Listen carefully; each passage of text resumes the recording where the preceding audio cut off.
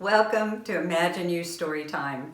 We had so much fun with Reeves, his daughter Caitlin, and Lacey the dog, filling our house with stories that we've come back for more. Today's storyteller is Hannah Hakim, and she's brought a friend with her.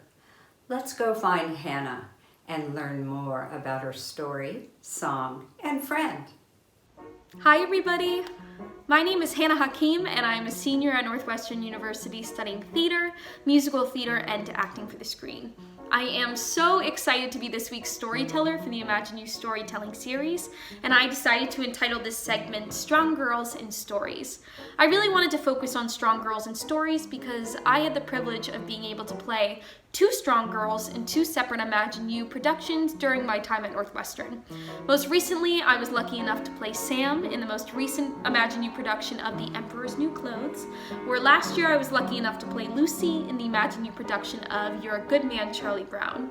If you had the chance to see either of those shows, or you're familiar with either of those shows, you know both Sam and Lucy are two very strong young girls, but for very, very, very different reasons. Lucy from Charlie Brown is really strong because she is headstrong and she's not afraid to let her opinion be known by everybody, where Sam is really strong because she is not afraid to fight for what she believes in, which I think is very admirable, especially in this day and age. And with that, we can begin. I'm going to start off this segment by telling one of my favorite childhood stories, The Paper Bag Princess by Robert Munsch, and ending it with me singing one of Sam's songs from The Emperor's New Clothes.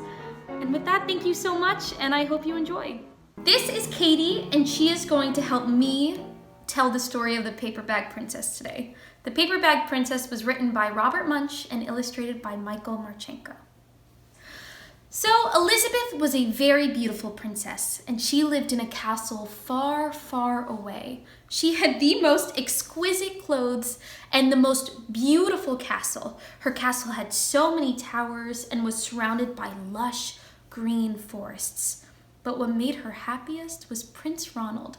Prince Ronald was her fiancé, and she could not wait to marry him. He also had the most exquisite clothes. She was so happy and excited to marry him that she followed him all over the castle, trying so hard to spend as much time with him as possible. Elizabeth was very happy, until one day a green, yellow, and ugly dragon came stomping out of the forest that surrounded Elizabeth's castle. With one step, he stepped on the castle and all of it fell apart, and it was just rocks and stones. And then the dragon took a huge breath and breathed out so much fire that everything in the castle turned to ashes. But then the worst part happened next. The dragon reached into the castle and with one hand, claw, picked up Prince Ronald and started running away. "Wait!" Elizabeth yelled. "Stop!" She started running after the dragon, but soon she looked down and she realized she was naked. Her dress had burned right off her body. "Oh no," thought Elizabeth, so she ran back to the castle and looked everywhere for clothing, but all of it was burned down. All she could find was a simple brown paper bag. "This'll do," Elizabeth thought, so she poked 3 holes in it, 1 for her head and 2 for her arms. She looked down at herself. She looked pretty good in it. So Elizabeth started running after the dragon. It was pretty easy to spot him though, because in his wake he left burnt forest and horses' bones. It was pretty gross. After many miles of running, Elizabeth came to this huge cage with a big golden door blocking its entrance. On the door it had a big dragon knocker. She was so angry because she just had run miles wearing a brown paper bag and all of her forests were burned down. So she picked up the knocker and banged on it. Bang, bang, bang! Elizabeth banged on the door. Then the door slowly opened and out came a disgusting green and yellow snout. It was the dragon. "Go away," said the dragon. "I love to eat princesses, but I already ate a whole castle today. I'm a very busy dragon. Come back tomorrow." The dragon slammed the door in Elizabeth's face. Elizabeth was shocked. So she picked up the brass knocker.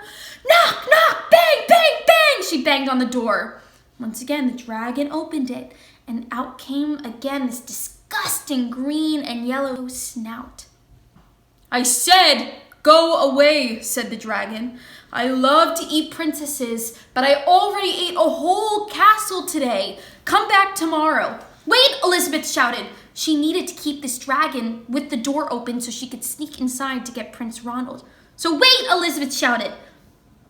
"Is it true that you are the smartest and fiercest dragon in the whole world?" "Yes," said the dragon.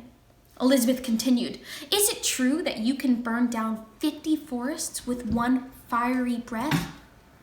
"Yes," said the dragon. So the dragon took one huge breath and burned down 50 forests. "Wow," said Elizabeth. And the dragon, liking the attention, took another huge breath and burned down 100 forests. "Amazing," said Elizabeth. The dragon really liked the attention he was receiving. So he took one huge breath, this was the biggest breath of all, and blew out no fire. It was barely enough fire to even cook a meatball. Elizabeth knew her plan was working, so she continued. "Hey, dragon, is it true that you can fly around the entire world in just 10 seconds? "Yes," said the dragon. So the dragon jumped up and flew around the entire world in just 10 seconds. He came back and he was huffing and puffing. "Fantastic," Elizabeth said. "Do it again." So the dragon once again jumped up and flew around the entire world, this time in 20 seconds. When he got back, he was so tired that right when he landed, he fell asleep on the ground. "Hello," said Elizabeth. The dragon didn't move. "Are you awake?" said Elizabeth. The dragon didn't stir. She walked over to the dragon, picked up his disgusting yellow ear, poked her head inside and screamed, "Hello!" The dragon didn't move. So she stepped over the dragon's disgusting body, went right up to the cave door, with all of her strength, pulled it open, and there was Prince Ronald. He was clean.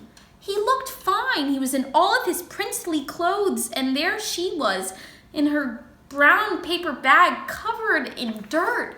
It didn't matter to Elizabeth, though. She loved Ronald, so she ran up to him, but the prince promptly put up one hand and looked at her and said, "Elizabeth, you are a mess.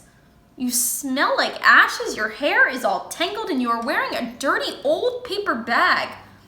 Come back when you are dressed like a real princess." Elizabeth was shocked. She had just spent all day running miles and miles, outsmarting a dragon, more than Ronald had ever done. So she looked at Ronald and said, "Your clothes are really pretty, and your hair is neat. You look like a real prince, but you are a bum." Elizabeth promptly left the cave and left Ronald behind, because she realized no matter how she looked, that she was strong, brave, and she knew how a real princess acted. So Elizabeth went back to the rubble that her castle was in, had it rebuilt in a couple years, and lived happily ever after, never forgetting the day that she outsmarted a dragon. The end. This is I'd Rather Be Me from The Emperor's New Clothes.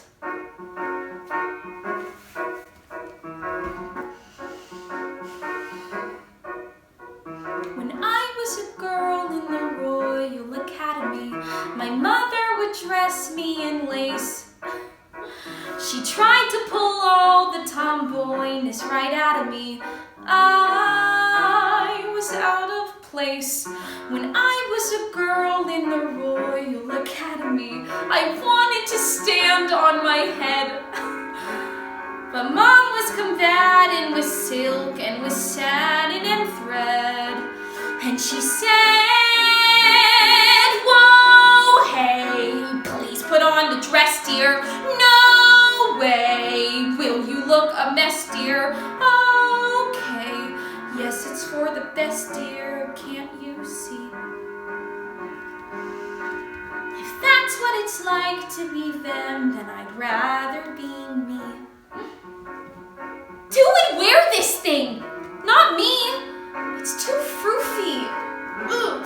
They tell you to grin, paint your face, lift your chin, dye your hair. Am I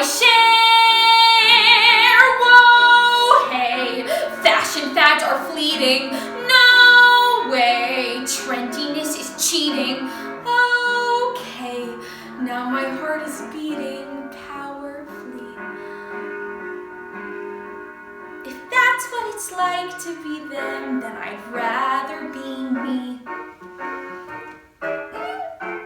Think you call this thing a snappy dress? This silly, frilly, sappy dress? The print and runway modeling kind. If I should get so gussied up, so hairy, scary, hussied up, the muss and fuss of molly coddling might drive me out of my mind. Maybe Dad expects it. No way. Quickly Sam rejects it. Okay, cue my hasty exit. 1, 2, 3. So go off and find someone else you can slather with all of the glam you can possibly gather. If that's what it's like to be them, then I'd rather be me. I'd rather be me. I'd rather be me. It's more than just blather, I'd rather be me. And with that, thank you so much for watching. I hope you learned something about strong girls and stories today, and I hope this little segment gave you a little relief in the craziness that is going on in the world right now. I just wanted to leave you with one final thought though. Always remember to be brave and strong like Elizabeth was in The Paperback Princess, and always true to yourself like Sam was in The Emperor's New Clothes. We can always look to stories to tell us how to be strong and how to be individualistic and always true to yourself, especially children's stories. So if you ever are feeling down, just pick up a children's book and read it, and I guarantee it will make you feel better. And with that, we'll see you next week. Goodbye. So, what do you think about strong girls and stories?